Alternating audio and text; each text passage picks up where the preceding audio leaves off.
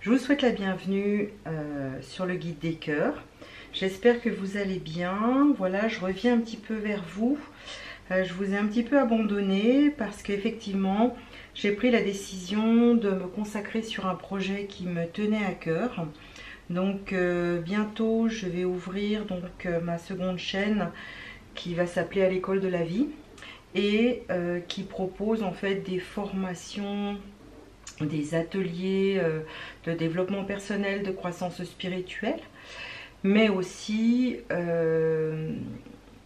des reprogrammations, voilà, pour aider les gens justement dans la période dans laquelle on se trouve à accéder à une transformation beaucoup plus rapidement en mettant en place en fait des schémas qui datent de l'enfance en fait, voilà.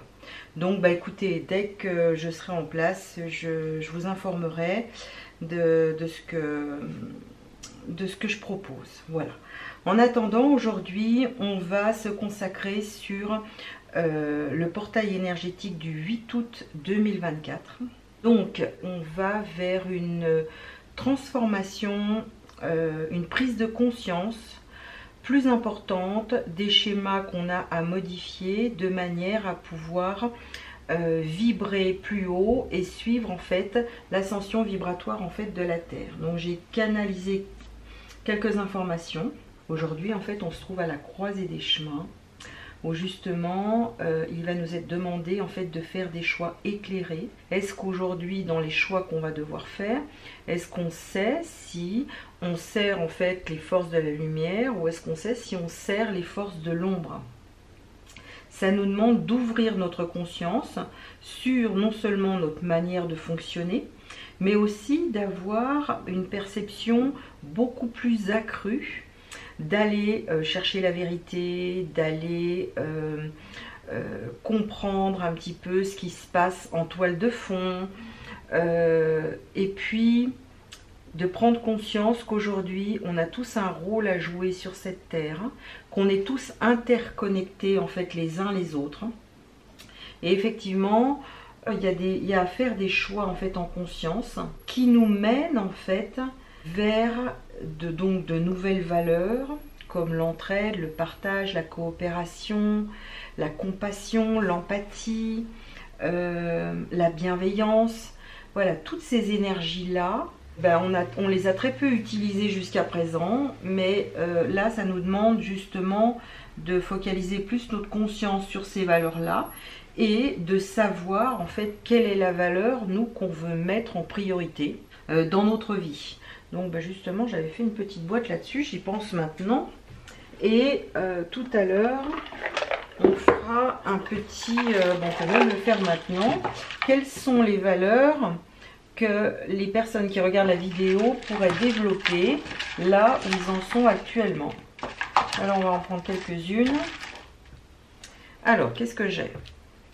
J'ai le mérite, j'ai le bonheur, voilà, je crois qu'on souhaite tous le bonheur, hein, surtout là où on en est. Bon là ça a effacé le mot, donc voilà.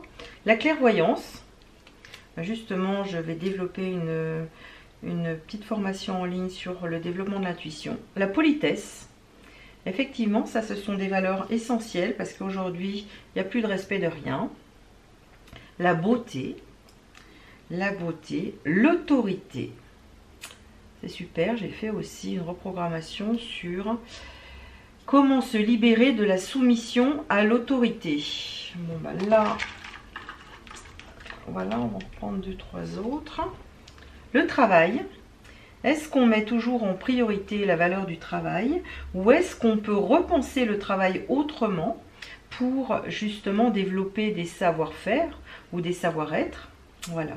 Le plaisir, comment on peut retrouver du plaisir dans notre vie, mais aussi la liberté. Donc tout ça, ce sont des valeurs justement à mettre en lumière et de voir comment on peut les insérer dans notre vie justement pour être complètement aligné entre ce qu'on pense, ce qu'on dit et ce qu'on ressent en fait dans notre cœur. Effectivement, jusqu'à présent, la seule et unique valeur qui était essentielle pour tout le monde, c'était la valeur de l'argent. Donc là aussi, il va se passer, je pense, des choses au niveau en fait de l'argent. Voilà. Voilà, ce que j'ai reçu aussi, c'est que il va y avoir du partage. On nous dit aussi que jusqu'à présent, on a été dans le faire et l'avoir, et qu'aujourd'hui, il faut se focaliser en fait sur l'être. Voilà, qui est-on vraiment? D'où vient-on? Que sommes-nous venus faire sur Terre? Il y a aujourd'hui une réelle ouverture sur notre être spirituel, sur notre essence. Il nous est demandé aussi d'apprendre à connaître les lois de l'univers, parce que chacun de nous, nous sommes venus en fait expérimenter certaines lois, comme la loi de l'honnêteté, la loi des choix. C'est vraiment savoir en fonction de notre parcours, mais aussi de notre position astrologique au moment de notre naissance, quelles sont les lois que nous sommes venus expérimenter. Mais ça, on en reparlera sur l'autre chaîne à l'école de la vie, plus tard. Bon, alors, aujourd'hui, dans ce portail énergétique, qu'est-ce qui va se passer? Comment on doit se positionner? Donc là, j'ai pris la voie du Tao, où là, je vais vraiment détailler chaque carte. Je vais prendre le temps, parce que c'est important d'aller voir les messages que l'on reçoit. Donc là, au niveau de la coupe, on avait la carte du rassemblement avant l'accomplissement. C'est-à-dire qu'effectivement, on va certainement aller de plus en plus vers des doutes, vers une perte de confiance, vers beaucoup d'incertitudes, vers des conditions instables. Et ça va nous demander d'avoir une extrême vigilance par rapport aux discordes qui pourront se produire, mais aussi par rapport à ce qui va se passer par la suite. Alors, qu'est-ce que ça nous dit?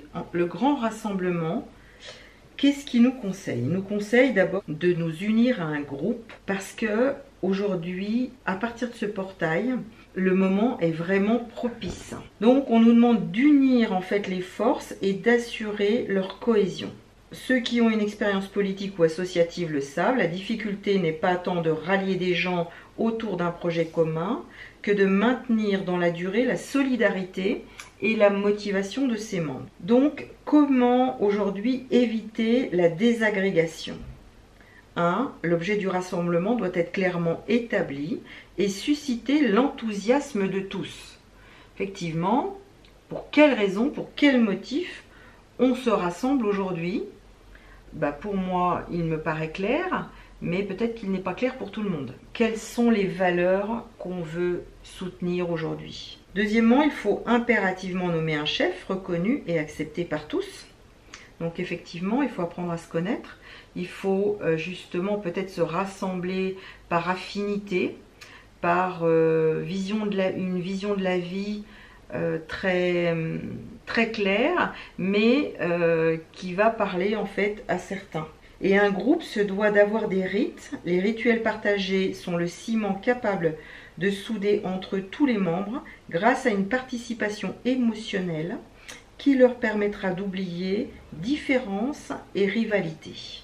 Je crois qu'effectivement, il est impératif aujourd'hui de rassembler nos énergies et de redéfinir nos objectifs. Et peut-être que si aujourd'hui vous vous sentez un peu éparpillé ou éloigné de vous-même et surtout de vos vraies priorités, là aujourd'hui le Tao vous conseille en fait de rassembler vos énergies, de redéfinir vos objectifs et de vous concentrer sur vos intérêts réels en prenant de la distance par rapport aux innombrables sollicitations qui arrivent du dehors. Effectivement, là il s'agit en fait de calmer le jeu. Alors, avant l'accomplissement, qu'est-ce que ça nous dit? On va arriver dans une période où tout est à faire. Derrière la confusion apparente, il y a un nouvel ordre qui se profile. Alors, le dernier hexagramme du Yiking, tout reste à faire. Le Yiking se termine non pas sur une fin, mais sur l'annonce d'un nouveau commencement. Donc ça aussi c'est important parce que on est quand même conditionné par les médias. Ils ont quand même tendance à nous hypnotiser tous les jours pour quand même maintenir ce climat de peur, de ne pas savoir ce qui va nous arriver. Mais en fait, ce que je voulais vous dire, c'est qu'on a tous notre pouvoir. Et là, ça va être le moment de nous positionner par rapport à ce pouvoir pour savoir ce qu'on va décider. Quoi qu'il arrive, le choix nous appartient et on doit justement apprendre à dire non et sortir de la soumission à l'autorité. Alors oui, effectivement, il va falloir en fait nous positionner et faire des choix clairs par rapport justement à un gouvernement qui est gravement malade aujourd'hui et qui nous impose des choses qui ne sont pas en accord avec nos désirs les plus profonds, avec nos valeurs les plus profondes. Donc il va falloir commencer à apprendre à dire non et à s'opposer voilà, à des choses qui pourraient nous être imposées par la suite. Là, on nous demande, quand on regarde bien la carte, voilà, qu'est-ce qu'on voit en fait sur la carte? Quelqu'un qui est en train de marcher sur de la glace. Et ça nous demande justement de la prudence. Donc les moments qui précèdent le passage à un nouvel ordre sont les phases les plus délicates du parcours. Il y a d'une part la fatigue accumulée lors des efforts déjà fournis, et d'autre part la tentation de précipiter les choses au risque de tout faire tomber à l'eau.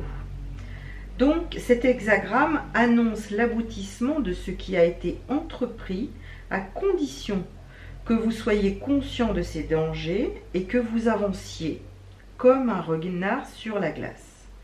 Le comportement du renard qui traverse un fleuve couvert de glace symbolise en Chine l'attitude circonspecte qu'il convient d'adopter lorsqu'on ne sait pas bien où l'on met les pieds. Avant chaque nouveau pas, il avance sa patte, tâte délicatement le terrain pour tester la solidité. Au moindre craquement suspect, il s'arrête et essaie une autre voie où la glace sera plus épaisse. Si vous avancez vous aussi à pas de renard, vous pourrez atteindre votre but. En fait, on vous demande de distinguer le bon du mauvais, l'actuel de l'obsolète. Vous l'aurez compris, la stratégie conseillée dans ce délicat moment de transition est tout à fait yin, féminin. Pour aborder sans dommage sur l'autre rive, il va falloir faire preuve de patience et supporter retard et difficultés sans vous décourager ni vouloir précipiter les choses. Vous allez devoir vous retrousser les manches.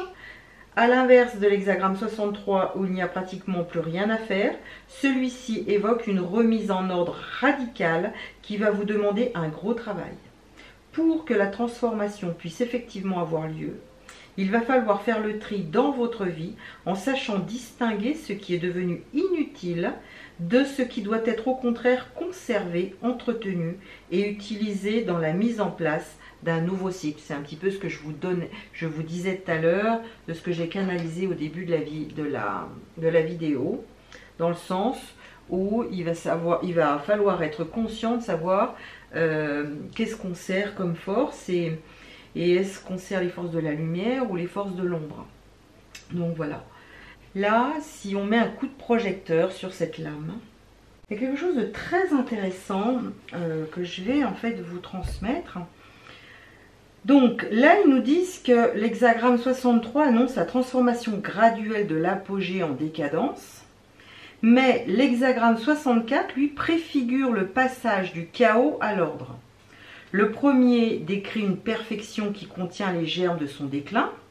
Le second évoque une confusion qui annonce un achèvement. On pense bien sûr au destin des grandes civilisations, en commençant par l'Empire romain, qui s'organise à partir d'une situation de désordre, se développe peu à peu jusqu'à atteindre leur sommet, puis décline progressivement. Alors, cette loi inéluctable ne concerne pas seulement les civilisations, mais chacun d'entre nous. C'est la loi du changement qui est la base même du Yi King. Donc, le livre nous invite à envisager avec un peu de recul les périodes trop fastueuses ou trop heureuses, mais aussi à reconnaître dans les moments de grand désordre les multiples potentialités qu'il recèle. Tout est à faire est un message d'espoir, une ouverture sur l'avenir et la confirmation que votre vie est en perpétuelle transformation. C'est un petit peu aussi le but de l'âme. On est, avant d'être un cerveau dans un corps physique, on est aussi une âme incarnée dans un corps de matière. Et effectivement, si la société nous a conditionnés finalement à perdre le sens de la vie, eh bien, je dirais que petit à petit, ce sens de la vie, c'est à nous de prendre conscience de quel est le sens de la vie pour nous. Alors moi, en ce qui me concerne, c'est en fait que l'âme en fait a décidé de venir sur Terre pour y vivre des expériences terrestres, non pas en fait pour servir le système, mais pour son évolution par rapport à son dessein, d'accord? Donc en fait aujourd'hui, est-ce que vous savez ce que votre âme a choisi de venir incarner sur Terre? Est-ce que vous avez découvert votre chemin de vie? Est-ce que vous savez si vous êtes déjà sur la voie de votre réalisation? Donc effectivement, tous ces sujets, on va les aborder au niveau de l'école de la vie. Donc voilà, je vous préviendrai. Mais là, c'est vraiment un message d'espoir. Donc en fait, c'est sortir aussi de la peur et de se dire, ok, de toute façon, on ne fait pas d'omelette sans casser des œufs. Donc, il va falloir passer par cette étape-là pour justement pouvoir déguster l'omelette après. Alors, qu'est-ce qui va se passer concrètement? On nous parle de stagnation. On nous parle d'une impasse, d'une immobilisation, de méfiance. Voilà. Alors, je pense que vous êtes un petit peu au courant, comme moi. Je pense que il va se passer des choses dans leur petit plan machiavélique pour peut-être remettre des virus en place. Et dans cette carte, on nous dit en fait qu'il va falloir en prendre votre parti. Le moment n'est pas à l'échange. Quand la communication cesse, mieux vaut se retirer. Le jugement décrit une situation où les rapports sont difficiles. Qu'il s'agisse du lieu de travail, de la famille, de relations sentimentales ou amicales, la confiance fait défaut, le doute et la suspicion s'installent. Donc effectivement, quand j'ai sorti précédemment cette carte, c'est quand il y avait quelque chose dans l'air, ambiant, virus, et on pourrait être éventuellement soumis à des choses comme ça. Ce genre de situation n'est pas fait pour déplaire à tout le monde. Les individus opportunistes et arrivistes s'y trouvent comme des poissons dans l'eau. La stagnation favorise la magouille, les alliances douteuses, la formation de factions rivales. Il n'est donc pas exclu qu'on vous fasse des propositions, qu'on essaye de vous séduire. Ne cédez pas au chant des sirènes, vous n'en tireriez rien de bon. On se rappelle, là, on tire les leçons de ce qui s'est passé lors du dernier virus. Se faire vacciner, c'était la vie, c'était la santé. Voilà. Donc là, observez un petit peu cette manipulation de masse qui s'est mise en place pour justement servir ces gens opportunistes à remplir, à gagner des doses un peu plus à chaque fois. Mais je vous demanderai d'aller chercher un petit peu la vérité pour une raison bien précise qui a été évoquée dans des plans évoqués par le Grand Reset, par exemple. Voilà, vous avez aussi tout ce qui concerne l'OMS. Donc je continue mon développement au niveau de cette carte. La seule stratégie conseillée est de vous désolidariser de ceux qui voudraient profiter de cette période de déclin et de vous retirer avec dignité, sans renoncer à votre intégrité, ni remettre en jeu votre système de valeurs et vos convictions profondes. Là, on vous dit ne perdez pas le moral, vous en avez le plus grand besoin.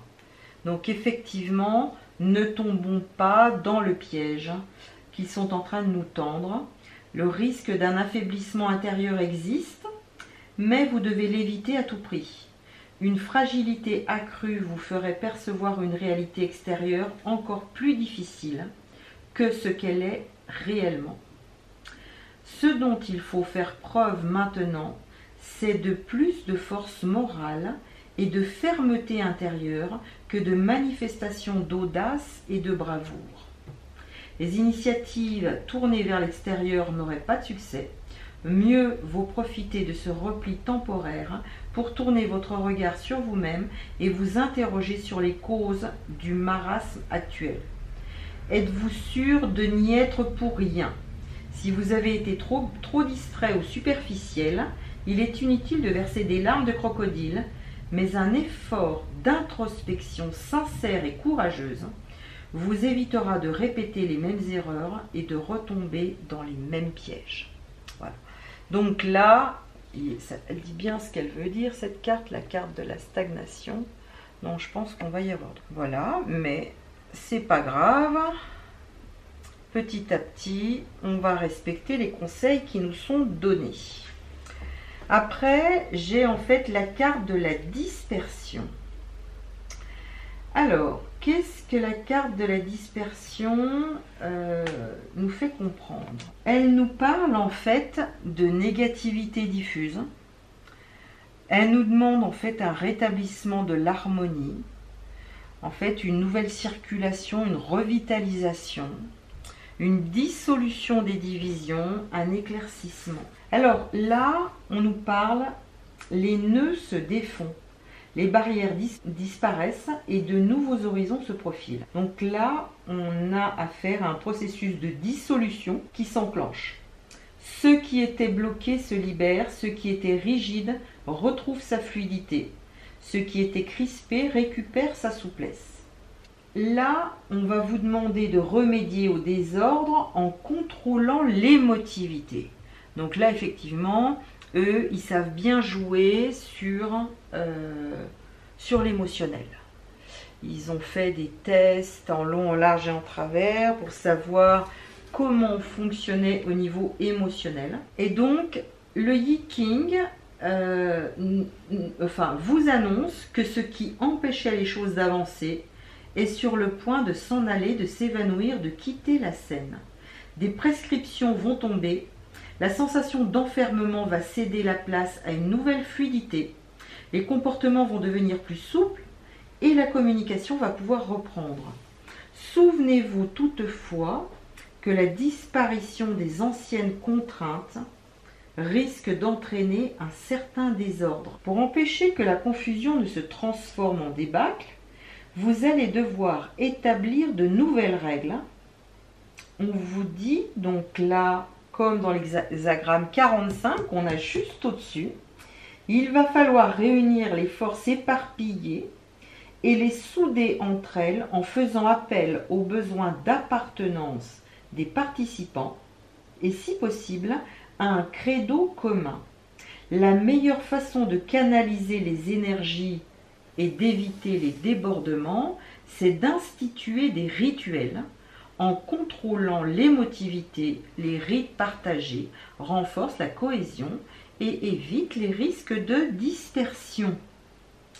Donc là, il va falloir faire preuve d'audace.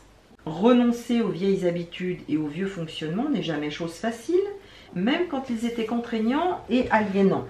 L'être humain oscille constamment entre le désir de changement et la peur de changer. Donc cet hexagramme vous incite à oublier vos craintes, à faire preuve d'audace et de créativité, à dépasser vos limites ordinaires, en un mot, à vous surpasser. Quand les nœuds se défont, une quantité de nouvelles possibilités s'offre à nous.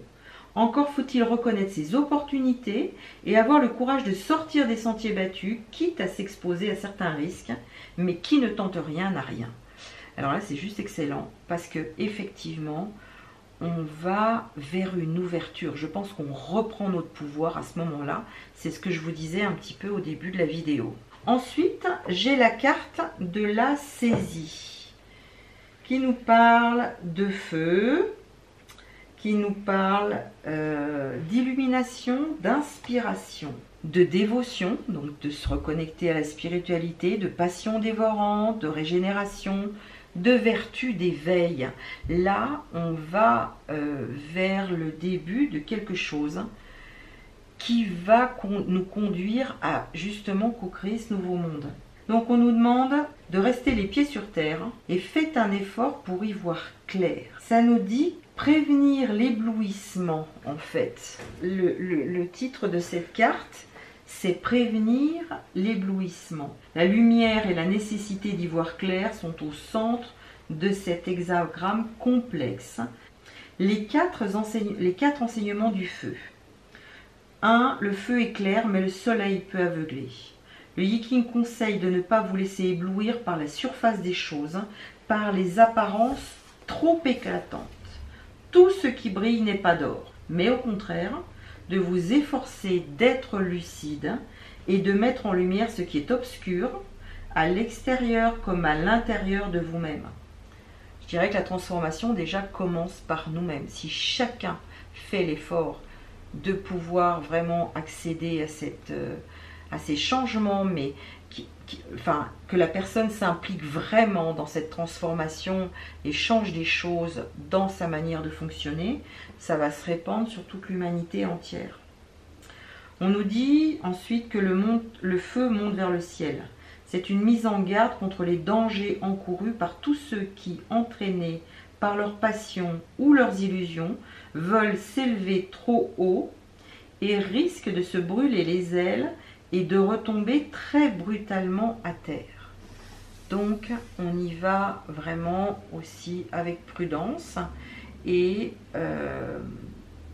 avec la patience du processus qui se met en fait en place. Troisièmement, le feu adhère, un peu plus complexe à saisir. Cette caractéristique est si importante pour le Yiking que le second titre de l'hexagramme est « ce qui s'attache ». Comme la flamme a besoin de se nourrir pour se perpétuer, vous aussi devez vous appuyer sur des bases solides sans lesquelles vos espoirs et vos attentes sont destinés à se consumer. Donc là, on parle de construire quelque chose sur des fondations solides. Et quatrièmement, le feu brûle, flamber un héritage, brûler la bougie par les deux bouts. Ces expressions se réfèrent à l'incapacité de retenir, de rendre durable ce que l'on a entre les mains. Donc là, cet hexagramme vous incite à inscrire vos actions dans la durée pour éviter que leur effet ne soit qu'un petit feu éphémère, afin que leur effet ne soit que passager. Donc on nous demande pour ça de rester sur le plancher des vaches. Donc pour être éclairé sans devenir un illuminé, le texte du jugement conseille d'imiter la vache, animal yin par excellence, lent, docile, tenace. Et on ne peut plus terrien. Comme elle, occupez-vous avec soin de vos tâches quotidiennes en vous astreignant avec beaucoup de discipline à la routine de chaque jour et à la lente et patiente construction de votre vie. Donc effectivement, la patience, c'est un élément essentiel et effectivement, ce n'est pas la facilité pour tout le monde. C'est impatient, surtout chez les jeunes. Alors, ensuite, j'ai l'attraction des opposés. Donc là, on nous parle de séduction, de tentation. Ça nous parle d'accueillir ce qui arrive. Ne sous-estimez pas la puissance du féminin. Alors, féminin et masculin, la rencontre de deux polarités. L'hexagramme traite du pouvoir discret du féminin sous toutes ses facettes. Alors, là, le petit conseil du Yiking, c'est freiner vos envies d'agir, essayer de renvoyer la balle à l'autre. Quand l'élan créatif a atteint son sommet, il ne peut que se rétracter. La stratégie conseillée ici consiste à accepter un ralentissement de vos initiatives, à freiner votre tendance à vouloir toujours tout décider et tout diriger. Ce ralentissement n'a rien d'un renoncement. Il vous permettra de préserver vos énergies et de donner plus de corps à vos projets en les inscrivant dans une perspective à plus long terme. Là, on vous prévenait, mais là, il y a un petit rappel. Voilà pour l'attraction des opposés. Ensuite, on nous parle de la modestie. Vive la modestie. Donc là, on nous parle de modération, d'humilité, de simplicité, d'absence de prétention, de respect de soi. On vous dit de rester simple et conscient de ses limites. Rester simple et conscient de ses limites est le privilège des forts. La modestie étant une des vertus les plus prisées en Chine, cet hexagramme a une orientation exceptionnellement positive. Ça va être sympa, je pense. Mais pour bien en comprendre la portée, il faut s'entendre sur ce terme, souvent associé en Occident à l'humilité, avec une connotation quelque peu moralisante. Rien de tout cela dans le Yiking. La modestie dont on parle ici est une attitude intérieure qui se calque sur une loi universelle, celle qui tente à remplir ce qui est vide et à diminuer ce qui est en excès. Sa principale fonction est d'égaliser et d'harmoniser le comportement avec les conditions extérieures. Être modeste, c'est savoir se tenir à l'intérieur d'un cadre qui s'agrandit ou se rétrécit selon les circonstances. Il y a des moments où mieux vaut rester quoi et faire le dos rond, et d'autres où il ne faut pas hésiter à se manifester avec énergie, voire avec sévérité. C'est intéressant parce que là, en fait, ça nous demande vraiment une réelle adaptation. La modestie implique d'être sûr de soi. À quoi sert d'en rajouter lorsqu'on a une idée précise de sa valeur? On nous dit que la parole est d'argent, mais le silence est d'or. Et on nous dit aussi que d'atteindre son but, c'est essentiel, atteindre son but et ne pas s'en vanter. Quand on a galéré pendant des années, avant que le succès montre le bout de son nez, quand on a dû lutter pour aller de l'avant, malgré d'innombrables difficultés, il est tout à fait humain d'en concevoir une certaine satisfaction. Être modeste, c'est aussi une preuve d'intelligence. Elle vous protégera de bien des jalousies et de bien des rivalités. Voilà, pour être heureux, vivons cachés. Moi, c'est un adage qui m'a prouvé qu'il était vrai. Donc, voilà pour vivre la modestie. Ensuite, on nous parle des limites. Le sens de la mesure. Agir à l'intérieur d'un cadre et en respecter les limites. Alors, on nous parle du sens de la mesure. C'est ce qui garantit l'exercice de la liberté individuelle en évitant les débordements. Le sens de la mesure. Cet hexagramme parle de la nécessité d'établir des règles et de s'y tenir, de limiter ses dépenses et d'économiser son énergie.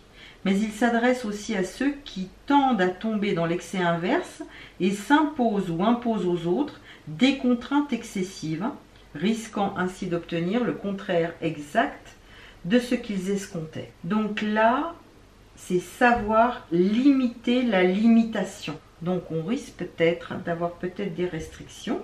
Les limites que nous nous fixons ne doivent devenir ni un étau ni une prison.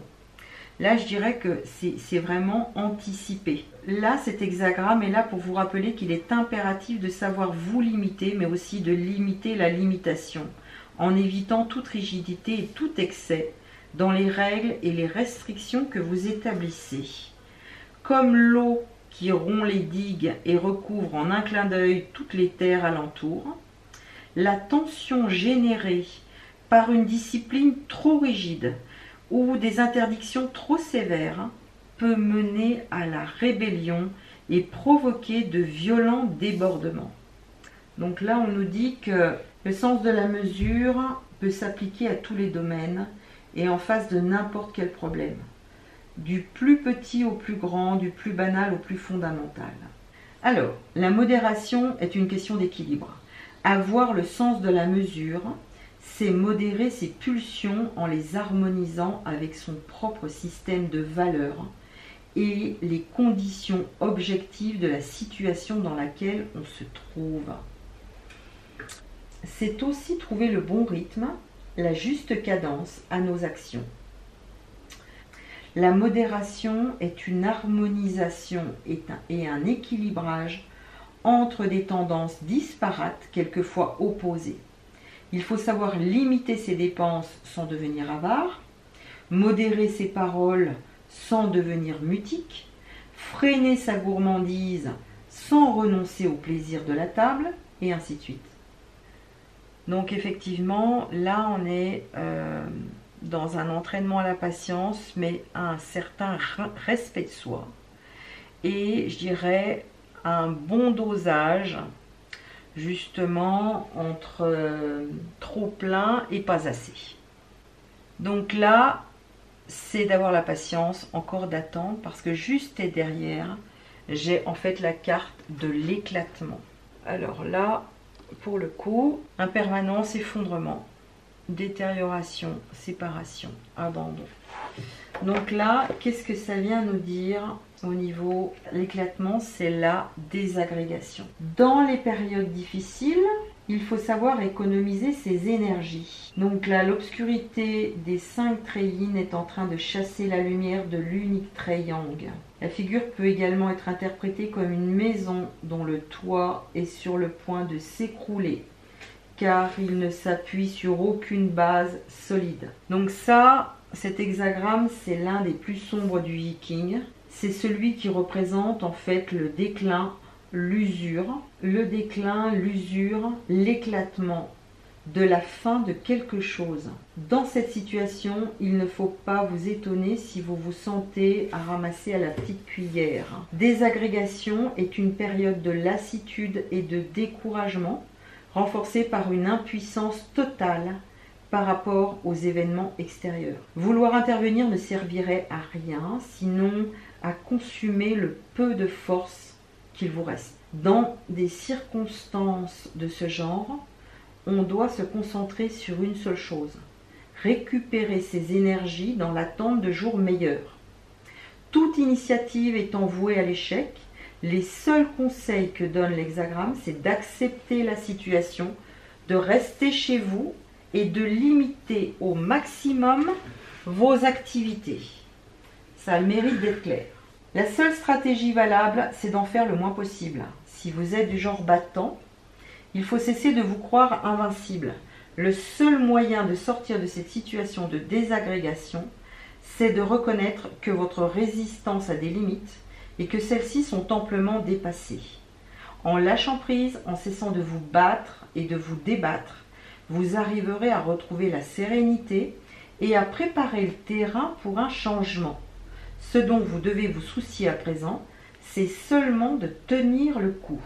Renoncer à agir n'est pas de la lâcheté. Pour certains commentateurs, les traits yin représentent des individus malfaisants qui sont en train de prendre le pouvoir, et le pauvre trait yang, l'honnête homme, isolé et contraint à céder la place aux ignobles. On peut y voir par extension la montée en puissance de l'égoïsme, de la vulgarité, de l'arrivisme, sans foi ni loi, qui, force est de le reconnaître, caractérise souvent notre époque. Quand on est le seul à défendre des principes de justice et de loyauté dans un contexte de brutalité, d'avidité et d'ignorance, mieux vaut effectivement se résigner, car une telle entreprise est vouée à l'échec. Se replier dans une stratégie de non-agir n'est pas un indice de lâcheté, ni même de passivité, mais d'une bonne compréhension de la situation. Le texte des traits insiste sur la nécessité de restaurer ses forces en se reposant. 3 d'entre eux ont pour objet le lit, symbole de repos, mais aussi lieu de passage d'un état à un autre. On y est conçu, on y naît et on y meurt. On peut y voir l'idée d'une transition, douloureuse mais nécessaire, d'une épreuve initiatique qui conduira celui qui aura su l'affronter à une autre rive, à de nouvelles conditions de vie. Donc effectivement, à un moment donné, il va falloir accepter cette transition avec justement cette désagrégation pour pouvoir reconstruire. L'univers a horreur du vide, donc là à un moment donné on va se retrouver devant des choses difficiles à traverser. On a beaucoup de courage, si on écoute en fait les conseils de l'univers, effectivement là on nous donne vraiment tous les conseils à suivre, donc à rester dans le non-agir et d'attendre que ça soit le bon moment. Voilà en fait pour la carte de l'éclatement. Ensuite, on nous parle de la durée. Donc de constance, de continuité, d'endurance, de persévérance. Je pense que ça va durer aussi peut-être un petit moment. Donc, quels sont les conseils du Yi King? Pas question de baisser les bras ni de changer d'avis, il faut tenir bon. Ça va durer, on nous dit que ça va prendre du temps. Quelle que soit votre question, il s'agit de quelque chose qui va durer, d'une situation ou d'une condition qui ne finira pas porter ses fruits que si vous l'envisagez sur le long terme. Si le texte du jugement est indiscutablement positif, celui des traits l'est nettement moins. La durée n'est pas obligatoirement une partie de plaisir, tout dépend de ce qui est destiné à durer. C'est pourquoi l'hexagramme parle surtout d'endurance. La question c'est marathon ou course d'obstacles. Les coureurs de fond, les cyclistes et les randonneurs le savent bien, pour garder la forme tout au long du parcours et atteindre son but dans les meilleures conditions possibles, il faut savoir gérer ses forces et modérer ses ardeurs. Tous les sportifs savent faire preuve d'adaptabilité en tirant parti de leur énergie, de leur niveau d'énergie, de la conformation du terrain et des aléas de la météo. Comme ceci, il faut continuer à aller de l'avant sans jamais songer à rebrousser chemin, ni à dévier de la ligne tracée. Pas question avec cet hexagramme de s'arrêter, qui dit durée dit mouvement, mais un mouvement ordonné et régulier, comme celui d'un balancier d'horloge. Ou comme l'assurance tranquille de celui qui sait où il va et ne change pas d'avis en cours de route, quels que soient les problèmes qu'il pourra rencontrer. C'est intéressant. Donc là vraiment, on nous donne le conseil de vraiment rester aligné à notre objectif et à ne pas y déroger, parce qu'effectivement, ça peut être une stratégie pour les autres. Plus ça dure et plus en fait on s'installe dans des compromis qui sont pas très... où on en a marre et parfois on a tendance en fait à lâcher. Après la durée, on a la carte, l'hexagramme en fait de la famille. La famille, c'est là, dans cette interprétation-là, c'est appartenir à un clan. C'est trouver sa juste place dans un groupe destiné à durer. Donc c'est fixer vos objectifs et justement c'est fédérer pour rallier à votre cause des personnes qui seraient dans le même mood que vous. Donc là, on nous parle d'une organisation, créer une organisation faite pour durer. L'hexagramme ne répond pas seulement à des problèmes d'ordre familial.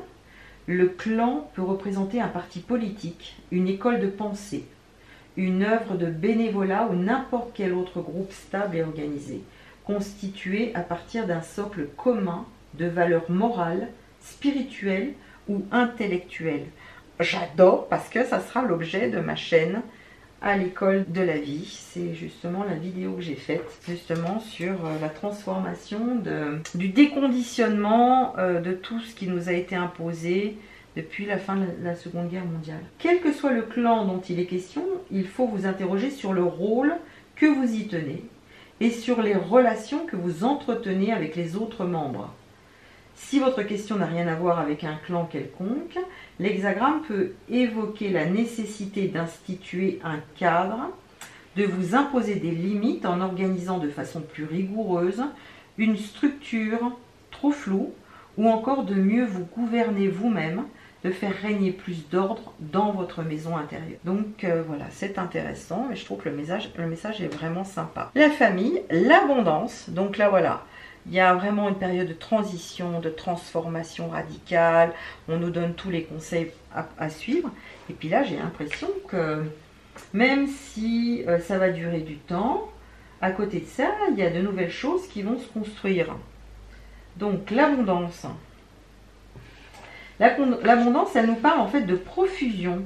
Profitez du temps des vaches grasses, il ne va pas durer toujours. Il y en a tellement qu'il y en aurait presque trop. Profusion décrit les moments où l'abondance est à son maximum et ne peut donc que diminuer selon la loi du changement qui est à la base même du yiking. L'hexagramme évoque souvent d'importantes réalisations sur le plan concret, accompagnées cependant d'une certaine stagnation intérieure. C'est davantage matériel dont il est question ici, l'enrichissement spirituel n'étant pas à l'ordre du jour. Il serait toutefois dommage de ne pas profiter de ces avantages tant qu'ils sont là. Donc, le texte du jugement vous exhorte à ne pas vous laisser aller au pessimisme, car il ne pourrait qu'accélérer le processus de déclin. Il vous dit, ne sois pas triste, tu dois être comme le soleil au zénith. Certes, c'est un soleil qui s'apprête à redescendre et qui, en outre, peut être sujet à des éclipses occasionnelles décrites dans le texte de 2 traits. Décidément, le temps de la profusion n'est pas tout à fait aussi brillant qu'il y paraît, mais qu'importe, il faut cueillir les fruits et boire à la coupe qui vous est offerte sans vous enivrer excessivement. Moi, ce que je pense, c'est que dans la situation actuelle globale, eh bien effectivement, peut-être qu'on sera peut-être soumis à réduire notre façon de nous comporter en fait en société par rapport à l'abondance, par rapport à la consommation, par rapport à tout ça. Peut-être qu'on va peut-être réduire ou changer notre façon de faire. Pour d'autres, ça sera d'éliminer le surplus pour éviter un trop-plein. La profusion peut concerner un moment particulièrement brillant de votre vie professionnelle, une amélioration significative de votre situation financière, héritage, augmentation de salaire, etc. Quoi qu'il en soit, veillez à ce que le soleil au zénith ne vous tape pas sur la tête. S'il faut accompagner le remarquable élan vital qui caractérise la situation, il est impératif de savoir en maîtriser les effets. L'abondance peut être source d'égarement et aussi d'inquiétude. Plus on possède, plus on craint de perdre ce qu'on a. Voilà pourquoi il faut savoir réduire la profusion et éliminer le surplus quand on élague une haie ou comme on taille un arbre fruitier. Il arrive quelquefois que le consultant soit perplexe car il ne voit dans sa vie aucune profusion digne de ce nom. Si c'est votre cas, vous devez voir dans l'hexagramme une incitation à mieux apprécier vos moyens actuels, car ils sont de toute façon abondants par rapport à ce que pourrait réserver le futur. Voilà, donc c'est vraiment aussi prendre conscience de tout ce qu'on a. C'est également exprimer sa gratitude et sa reconnaissance pour tout ce que l'on a aujourd'hui en abondance. Parce qu'effectivement, on pourra aller vers un déclin. Ensuite, on nous parle de la folie juvénile, d'impulsivité, de manque de maturité. Là, on nous parle de jeunesse et d'immaturité. Tout apprentissage doit être affronté avec le sérieux qui s'impose. Cet hexagramme décrit le comportement d'un jeune fou, la fougue et l'impulsivité qui caractérisent la jeunesse, ainsi que les difficultés que comporte toute forme d'apprentissage. Il y est principalement question de la relation entre maître et élève au sens large de ces 2 termes. Le maître représente l'expérience et la source du savoir, alors que l'élève, quel que soit son âge, est celui qui doit recevoir un enseignement ou entreprendre une formation.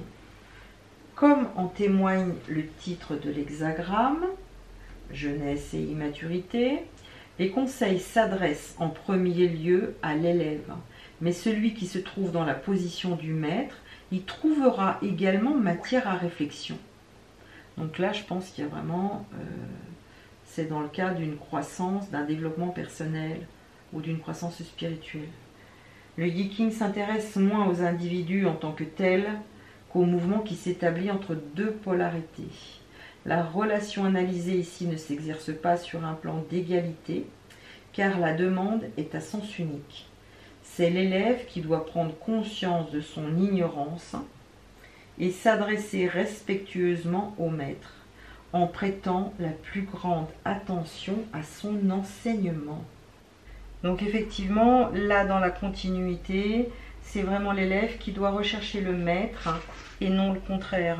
Et je dirais que par rapport à tout ce qui va se passer, le plus important pour moi, c'est aujourd'hui de se reconnecter à son soi supérieur, c'est-à-dire de passer du moi au soi, c'est ce que j'avais dit en début de vidéo, parce que pour moi, le soi supérieur, c'est le maître. C'est lui, en fait, qui mène la barque, qui sait où aller, qui a déjà fixé ses objectifs et qui a besoin, en fait, de se réaliser. Donc, c'est vraiment laisser une part du petit moi qui désire, qui est impatient, qui veut faire les choses, et de laisser la place, justement, au soi supérieur qui, lui, finalement, devient le maître. Voilà ce que j'avais à dire par rapport à cette carte. Ensuite, j'ai la carte en fait de l'union. Donc l'union, c'est super. L'union fait la force. Alors, qu'est-ce que la carte de l'union nous dit aujourd'hui? Elle nous parle en fait de ralliement. Unir les forces pour empêcher l'éparpillement. Alors, ralliement, c'est mettre de l'ordre dans sa vie ou aussi dans sa tête, en rassemblant des forces disparates autour d'un pôle unique pour mener à bien une entreprise clairement définie. C'est reconnaître un centre vers lequel ces forces devront graviter de façon à éviter éparpillement ou débordement. L'hexagramme vous dit que pour sortir de la confusion actuelle, il est recommandé de rallier un groupe ou une association, de vous unir à d'autres dans le but de vous compléter et de vous aider mutuellement. Donc là, effectivement, ce que je pense, c'est qu'avec tout ce qui va se passer, avec le déclin, avec cette nouvelle ouverture de conscience, il y a des personnes qui sont isolées. Bon, la société nous a conditionnés à être totalement individualistes. Et bien là, pour pouvoir justement retrouver une force, un espoir, en plus l'union, il va y avoir un nouvel égrégore en fait énergétique qui vont servir en fait, qui vont renforcer les forces de la lumière, mais qui vont aussi affaiblir les forces de l'ombre. Donc là, ce qui nous est demandé, avant de vous rallier, assurez-vous que c'est justifié. Mais par contre, ce qui est intéressant, c'est de se relier, mais de faire très attention à savoir qui y a dans ce groupe, quels sont les objectifs et les causes que défend ce groupe. Est-ce que ce n'est pas un petit peu le miroir aux alouettes, ou est-ce qu'il n'y a pas des vices cachés que vous n'auriez pas vus, puisqu'en fait, c'est leur spécialité de nous faire passer un œuf pour un bœuf. On vous dit, ne ratez pas le coche, c'est maintenant qu'il faut vous rallier. Si cette vérification s'avère nécessaire, il faut y procéder immédiatement car le temps du ralliement ne dure pas. Les pertes de temps, l'inquiétude ou les tergiversations pourraient avoir des conséquences fâcheuses que le jugement décrit sans ambiguïté aucune. Le moment est très propice aux alliances et au travail de regroupement, à condition de vous mettre à l'ouvrage au plus vite. Ne restez pas en arrière, vous risqueriez de le regretter amèrement. Ce qui vous est demandé ici, c'est de faire un choix. Une prise de position aussi nette et précise que possible vous permettra d'agir tout de suite et de réussir à venir à bout de vos problèmes. Effectivement, quand on est seul, c'est beaucoup plus compliqué. Ensemble, l'union fait la force. Mais effectivement, on va vers un rassemblement et ça va changer beaucoup de choses. Ensuite, j'ai la carte en fait du développement. Donc, il y a des choses il y a un progrès en fait graduel qui se met en place. Donc cet hexagramme nous dit avancer à petits pas. Chi va piano va sano va lontano. Surtout pas de précipitation. Là on nous dit que le succès des grands projets dépend en grande partie du temps et du soin qu'on y aura consacré. Toute progression comporte de temps à autre des retours en arrière. Il faut accepter ces reculs temporaires, car loin d'être une menace à l'aboutissement de nos efforts, il en renforce l'efficacité. Donc, avancer lentement pour progresser sûrement. L'hexagramme préconise une attitude yin et incite à développer les capacités de gestation et d'endurance qui permettent une progression lente vers le yang, le masculin, la matière, c'est-à-dire l'action extérieure. La précipitation est toujours mauvaise conseillère. Loin d'être un signe de scepticisme, de désintérêt ou de crainte de s'engager, avancer à petits pas est une preuve de confiance envers l'autre et aussi envers soi-même, ainsi que dans l'importance et le bien fondé de ce qui a été entrepris.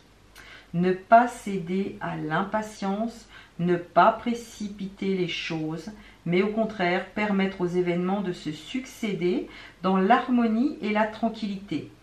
Voilà bien le meilleur moyen d'inscrire dans la durée un projet qui vous tient vraiment à cœur en approfondissant jour après jour le dialogue et la compréhension mutuelle. Donc ben voilà, je trouve que on a vraiment un déroulé de la situation qui est très clair.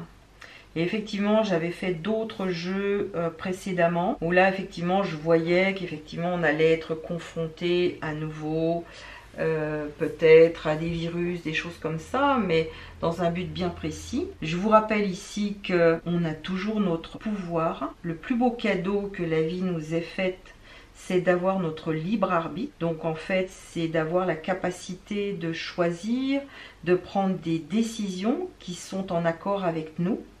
Et on a aussi le pouvoir d'apprendre à dire non. Donc dans ma chaîne à l'école de la vie, quand ça sera prêt, vous verrez, il y aura des reprogrammations au niveau de sortir de la soumission à l'autorité et oser reprendre son pouvoir. Donc ça, je vous invite à les écouter très très souvent parce que ça va être des choses dont on va avoir besoin. On a tellement été conditionné depuis longtemps que effectivement au niveau de notre inconscient, c'est des programmes qui sont bien installés et on ne peut pas les désinstaller, mais on peut en mettre un autre qui à force de répétition va devenir le programme courant. Donc voilà, je vous parlerai aussi dans une autre vidéo justement de comment on peut sortir de la soumission à l'autorité. Voilà, bah écoutez, je pense qu'on a bien fait le tour. Il y a vraiment un fil, le fil rouge qui se déploie et qui montre un petit peu le cheminement. Ça nous prépare, ça nous permet aussi d'anticiper. Donc je trouve que c'est bien. Dites-moi en barre d'infos si vous avez d'autres questions qui vous tarabustent,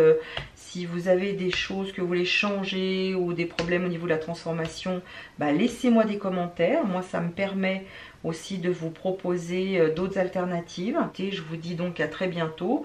J'espère que ça n'aura pas été trop long. Je vous invite à liker, à partager aussi au plus grand nombre afin que tout le monde ait ce message et puisse aussi anticiper ce qui va se passer.